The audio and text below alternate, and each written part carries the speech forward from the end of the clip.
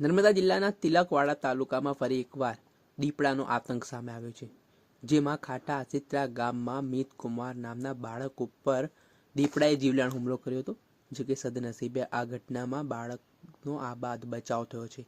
આ ઘટનાના સંદર્ભમાં સમગ્ર તાલુકામાં ખળભળાટ મચી ગયો હતો. ઘટનાના પગલે મિતકુમાર નામના ઈજાગ્રસ્ત બાળકને સારવાર અર્થે સ્થાનિક હોસ્પિટલ ખાતે પણ ખસેડવામાં આવ્યા હતા.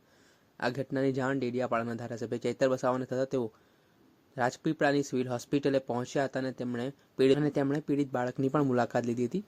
આ સમગ્ર ઘટનાના સંદર્ભમાં તેમણે વાતચીત કરતા જણાવ્યું હતું કે 5 વર્ષની ઉંમરના બાળક ઉપર દીપડાએ હુમલો કર્યો. તે ઘટનાની જાણ થતાં તેઓ ઘટના સ્થળે દોડી આવ્યા હતા. હાલ બાળકને ગળાના ભાગેથી પકડી દીપડાએ 70 થી 80 મીટર સુધી ઢસડી ગયો હતો, પરંતુ તેના પિતાના સાહસના કારણે દીકરાની જિંદગી બચી હોવાની વાત પણ કહેવાઈ રહી છે. અવારનવાર આ પ્રકારની ઘટનાઓ સામે આવી રહી છે. દીપડાઓના હુમલાઓ સામે આવી રહ્યા છે, તેને લઈને ચૈતર વસાવા વન વિભાગ ઉપર બરોબરના બગડ્યા છે. તેમણે કહ્યું છે બાના વિસ્તારમાં જેટલા પણ દીપડાઓ પકડાય છે તેમને રાતના સમય વિસ્તારમાં છોડી દેવામાં આવે છે અને ખોરાક ન આપવાના કારણે આ દીપડાઓ માનવજાત ઉપર હુમલો કરી રહ્યા છે, જેને લઈને વન વિભાગ આ મામલામાં કડક હાથે કાર્યવાહી કરે.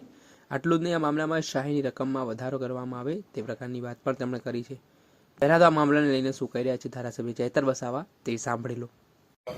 તિલકવાડા અને ગરબેશ્વર તાલુકામાં વારંવાર દીપડાઓ દ્વારા હુમલા કરવામાં આવે છે. આજે પણ એક ઘટના બની છે, નાના બાળકો શું કારણો છે એની પાછળ અને શું થવું જોઈએ?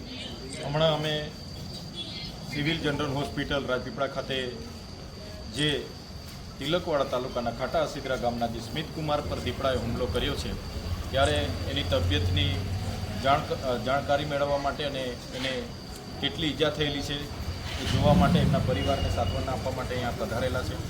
ત્યારે હાલના તબક્કે એમના પર જે દીપડાએ હુમલો કર્યો હતો, ગળાના ભાગે એને લગભગ 70 થી 80 મીટર જેટલો દીપડો ખેંચી ગયેલો, પણ એના પપ્પા જે ખેતર એમની સાથે હતા એના સાહસના કારણે એમણે પોતે દીપડા સામે લડ્યા અને પોતાના દીકરાને એણે બચાવેલો છે.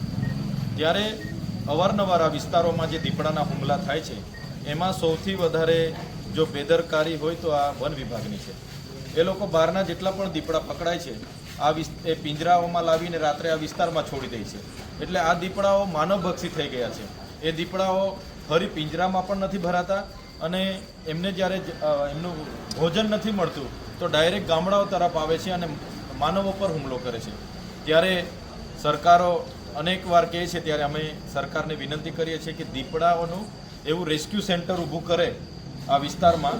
જે પણ દીપડાઓ આવા પકડાય એને રેસ્ક્યુ સેન્ટરમાં લઈ જઈને કાં તો ખસીકરણ કરે કાં તો એને જેલ કરી દે, આજીવન દીપડો જેલમાં રહે એવી વ્યવસ્થા કરવી જોઈએ.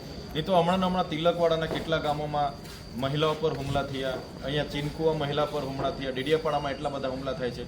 એટલે કહેવાનો મતલબ કે જંગલોમાંથી હવે દીપડાઓ માનવભક્ષી છે એટલે ગામ તરફ આવે છે. અને એકવાર પિંજરામાં પૂરાયેલો દીપડો અહીંયા છોડવામાં આવે, બીજી વાર પિંજરામાં બકરો મૂકે કે બકરી મૂકે પણ અંદર જતો નથી. તો આમાં સૌથી બેદરકારી વન વિભાગની છે.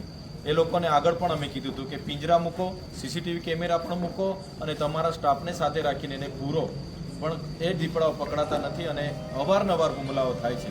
ત્યારે આ દીકરાની સારવાર ચાલે છે અને વન વિભાગ હજુ સુધી કોઈ જોવા આવ્યું નથી.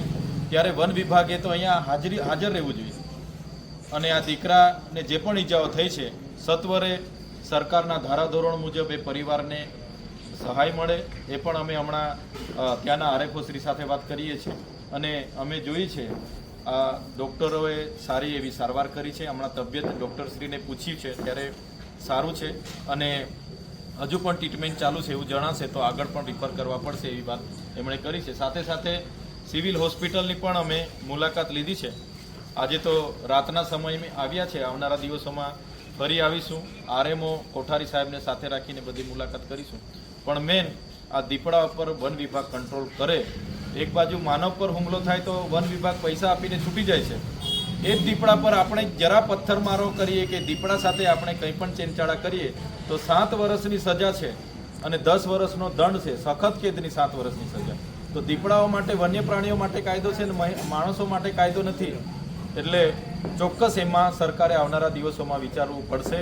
આપણા ડેડિયાપાડાના ધારાસભ્ય ચૈતર વસાવા તેમનું કહેવું છે ચીનકુવા અને તિલકવાડાના ગામોમાં મહિલાનું મૃત્યુ થયું હતું થોડાક સમય અગાઉ, જેમાં ત્યારે તેમણે વન મંત્રી અને મુખ્યમંત્રીને પત્ર લખીને રજૂઆત કરી હતી કે પહેલાં દીપડાના હુમલામાં 4 લાખની સહાય હતી, હવે ગંભીર ઘાયલ થાય તો તેમને 30,000ની સહાય આપવામાં આવતી હતી. પણ હવે સરકારે 2 તારીખે જાહેરાત કરી છે કે દીપડાના હુમલામાં કોઈનું મૃત્યુ થાય તો તેને 10 લાખ આપવામાં આવશે અને ગંભીર રીતે ઇજાગ્રસ્તને 2 લાખ આપવામાં આવશે. સામાન્ય હુમલામાં 50,000 આપવામાં આવશે. પરંતુ મારું માનવું છે કે 5-10 લાખમાં કંઈ થતું નથી, માટે અમારી માંગ છે કે આ રકમને વધારો કરવામાં આવે. તે પ્રકારની માંગ ધારાસભ્ય ચૈતર વસાવાએ ગુજરાતના મુખ્યમંત્રી ભૂપેન્દ્ર પટેલને કરી છે. ત્યારે જોવાનું રહ્યું કે આ પ્રકારની ઘટનાઓ જે બની રહી છે તેને ડામવા માટે વન વિભાગ કયા પ્રકારની કાર્યવાહી કરે છે તે આગામી સમયમાં ખબર પડશે.